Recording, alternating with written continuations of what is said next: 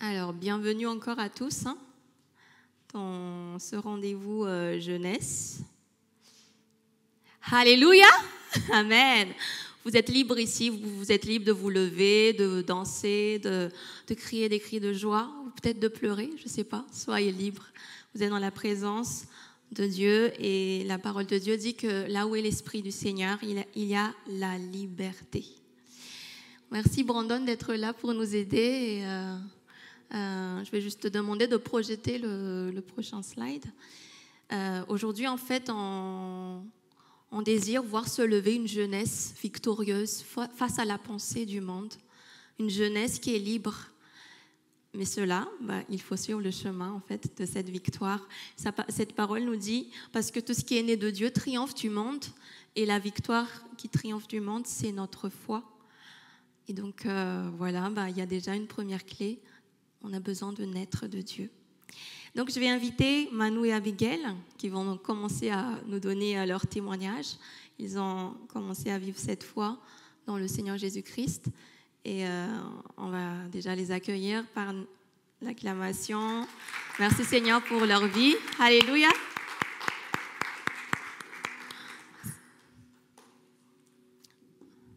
Je peux te mettre par là. D'accord. Un micro, s'il te plaît. Alors, bienvenue à notre table de témoignage. Bon, c'est la première fois qu'ils témoignent publiquement, donc que vous puissiez être indulgents par rapport à eux. On est entre familles, même s'il y a des personnes que vous ne connaissez pas encore. Et je vais vous laisser vous présenter déjà brièvement pour... après, c'est la famille, il y a vos amis qui viennent d'arriver là. Comment t'appelles-tu? Tu habites où et je m'appelle Manu, j'ai 17 ans. J'habite à Bobigny et je suis le fils du pasteur Mario de l'église Agapé. Oui, merci. Bonjour, je m'appelle Abigail, j'ai 16 ans et j'habite à Bobigny. Je suis la fille du pasteur Mario. D'accord, merci. Alors aujourd'hui, j'ai invité spécialement Manu et Abigail parce que j'ai vu à travers leur vie en fait cette possibilité de croire en Jésus-Christ dès notre jeune âge. Et quand on était dans leur église, ils ont déjà commencé à croire en Jésus et ils ont commencé à servir le Seigneur et c'est possible. Donc, je vais vous poser quelques questions en fait qui vont aider notre assemblée à vous découvrir, à découvrir déjà ces pas que vous avez vécus dans le Seigneur. Alors, en 2016, au réveillon 2016, ils ont pris la décision en fait de se faire baptiser, de passer par le baptême d'eau. Déjà, à cette époque, vous avez à peu près quel âge? 14 ans. 13. D'accord. Et voilà, c'était les débuts de l'adolescence. Et est-ce que c'était votre décision ou c'était celle de vos parents C'était notre décision, mais on va dire que c'était encouragé par nos parents, par vous, lors des enseignements que vous nous donnez et notre entourage. Et pour toi aussi? D'accord. Pour ceux qui ne savent pas, en fait, Pasteur Dim et moi, on était des enseignants dans leur église pour la jeunesse. On leur a enseigné la parole et donc le thème du baptême d'eau, des bases de la foi, de croire en Jésus, ça en faisait partie. Et donc ils ont pris leur pas pour accomplir cette obéissance. Et comme ils l'ont déjà dit, donc c'était à travers aussi l'enseignement de leurs parents. Alors, vos parents sont pasteurs, on l'a déjà dit tout à l'heure, et ils gèrent une radio chrétienne. Ils gèrent une radio chrétienne en fait qui s'appelle la radio Agapé. Et je voulais juste savoir en fait, moi je le sais, mais notre audience peut-être que je le sais pas trop. Quand est-ce que vous avez commencé à servir en fait avec vos parents? Au début de l'église en 2013. C'est là qu'on a vraiment commencé à servir Dieu avec nos parents. D'accord. Oui, c'était un peu fort, merci. Et est-ce que vous pouvez nous donner quel type de service en fait vous avez fait, par exemple à la radio? Bah, moi, j'ai commencé à projeter les chants le dimanche et après, j'ai commencé à participer à la louange avec ma mère. D'accord, tu chantais à la louange. Et toi, Manu? Et moi, j'ai commencé à jouer le piano à la louange. Et quand nos parents ils partaient en mission, c'est moi et Abigail, on s'occupait de la radio pendant leur absence. C'est-à-dire faire quoi en fait? On devait mettre les programmes, les prédications à chaque heure de la journée. D'accord. C'est merveilleux, non? À travers leur travail, il y a des personnes un peu dans le monde entier qui a pu écouter cette radio chrétienne, mais c'est une radio malgache, bien sûr. Et donc, ils ont pu en fait servir le Seigneur déjà dans cette jeunesse et mettre à disposition leurs capacités. Autre chose pour Manu et Abigail, c'est que depuis leur petite classe et depuis jusqu'en classe de 4e, je crois, c'est ça? Ils ont fréquenté l'école chrétienne. Alors, est-ce que vous pouvez partager respectivement chacun un souvenir qui vous a marqué? Qu'est-ce que vous avez aimé dans ce cadre de l'école chrétienne? Moi, ce que j'ai aimé, c'est tous les matins, en fait, on avait une méditation, on apprenait la parole de Dieu et on chantait.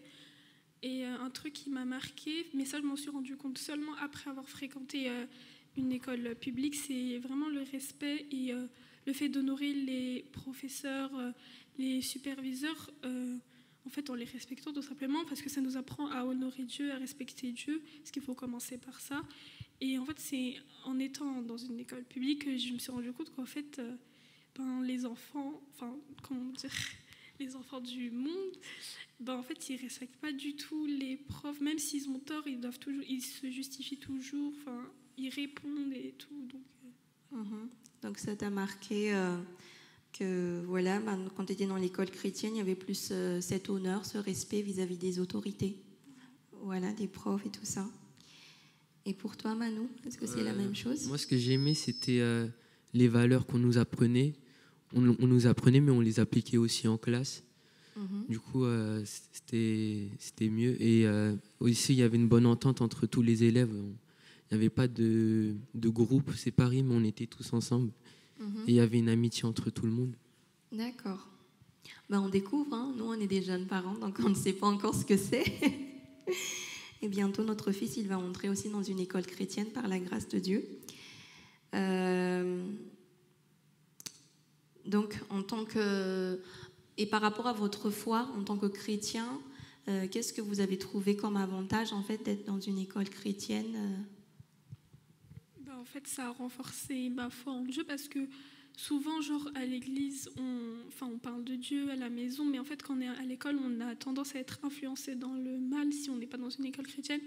Et en fait, le fait d'avoir été dans une école chrétienne depuis petite, ça a eu énormément d'avantages sur ma vie, mon comportement, mes habitudes.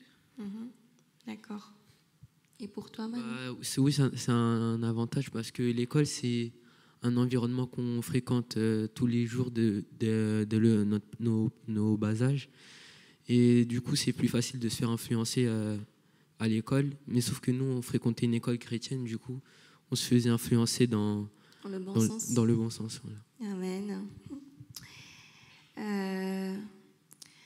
Alors, maintenant, vous n'êtes plus au collège. Ils sont passés à la phase du lycée. Donc, comment est-ce que vous avez pu, en fait, faire face à ce changement d'environnement?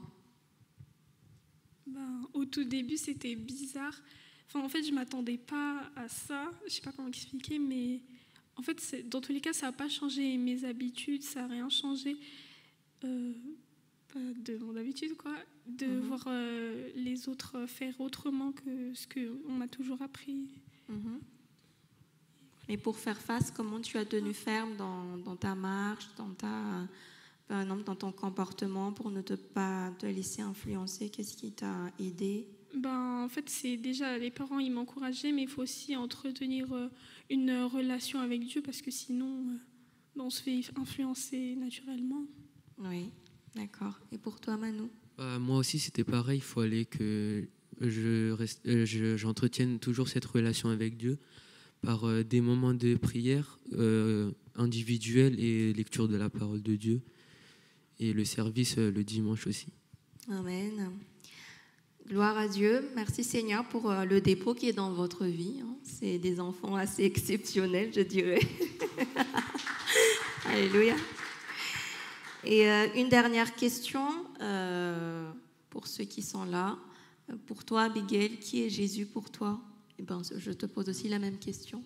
Il est mon sauveur. C'est lui qui a changé les mauvaises choses dans ma vie. Personnellement, il a changé mon cœur parce que avant, j'étais une personne très rancunière. Je gardais que du mal. En fait, quand on me faisait du mal, je le gardais et je pouvais rester fâchée contre la personne pendant des mois et des mois. Mais aujourd'hui, je suis complètement libérée. Amen. Et toi, Manu? Jésus, c'est mon sauveur, c'est mon Seigneur. Oui. C'est celui qui m'a donné la paix, le salut. Il a donné sa vie pour moi à la croix pour qu'aujourd'hui, je sois sauvé. Amen. Donc, vous êtes encore dans cette période de jeunesse, 16 ans, 17 ans.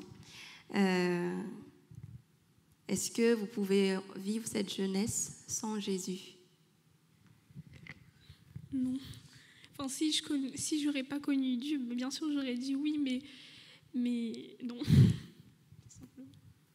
Et pour toi? Aujourd'hui, non. Mais si j'avais pas connu, peut-être j'aurais pu, mais ce serait pas la même vie. Et aujourd'hui, je peux plus vivre sans lui parce que après tout ce qu'il a fait pour moi, il m'a touché par son amour, et je peux plus le renier. Amen. Merci pour votre témoignage. Est-ce que vous pouvez les applaudir déjà et pour ce que Jésus a fait dans leur vie?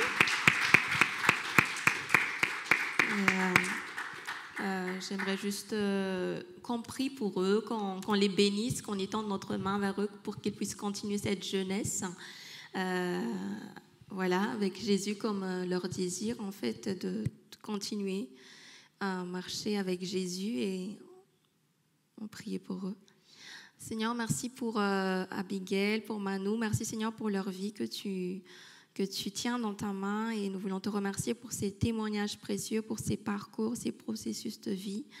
Et ce sont des cœurs purs qui sont dans ta main, Seigneur, et nous voulons les bénir, Seigneur, et que tu les gardes, Seigneur, et qu'ils continuent à marcher dans la destinée que tu as préparée d'avance pour eux, et que tu révèles ces bonnes œuvres que tu as préparées d'avance, Seigneur, pour leur vie.